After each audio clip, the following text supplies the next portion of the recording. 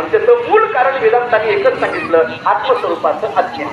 त्यामुळे आत्मस्वरूपाचं अज्ञानामुळे ही सगळी बंधनं निर्माण होतात. आणि या अज्ञानाची निवृत्ती करण्याकरता नामनावाचं अत्यंत महत्वाचं साधन आहे. म्हणून येणे तुटती बंध परिणाम वैरोधी कीर्ती दोन्ही लोकांमध्ये कीर्ती वारे हाती माप साधे सज्जनाची कीर्ती मुखत्याचे नारायण अशा पद्धतीची कीर्ती होती.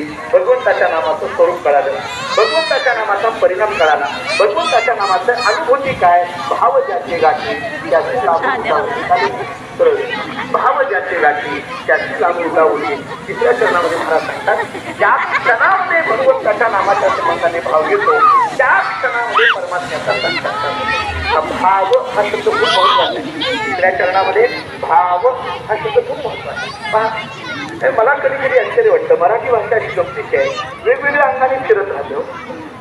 एखादा रोज भगवान गणपती बाप्पाच्या दर्शनाला येतो, रोज रोज बाहेर उभा राहायची माणसं काय म्हणतात, याचा फार भाव शुद्ध आहे बरं, रोज दर्शनाला येतो, हा फार भावनीय आहे किंवा याच्याकडे फार भाव आहे, हा रोज दर्शनाला येतो. बरोबर आहे. भाव शब्द कुठे आला आता सांगू पुढं.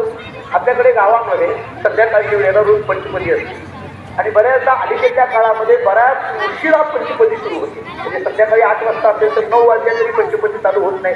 भजन सुरू करायचे नाही, हो भजन येणार काय म्हटलं नेहमी येत होता, अलीकडे कसं काही येईना नाही, अलीकडे तो फार भाव खायला लागलाय. आला का शब्द बघा, भाव शब्द तिथेही आला, भाव शब्द इथेही आला. आणखीन सांगू भाव शब्द कसा आहे. एखाद्या तिथं लोक अलीकडच्या काळात त्या महाराजांची तारीखच येणार, भाव वाढलाय तिथेही आला.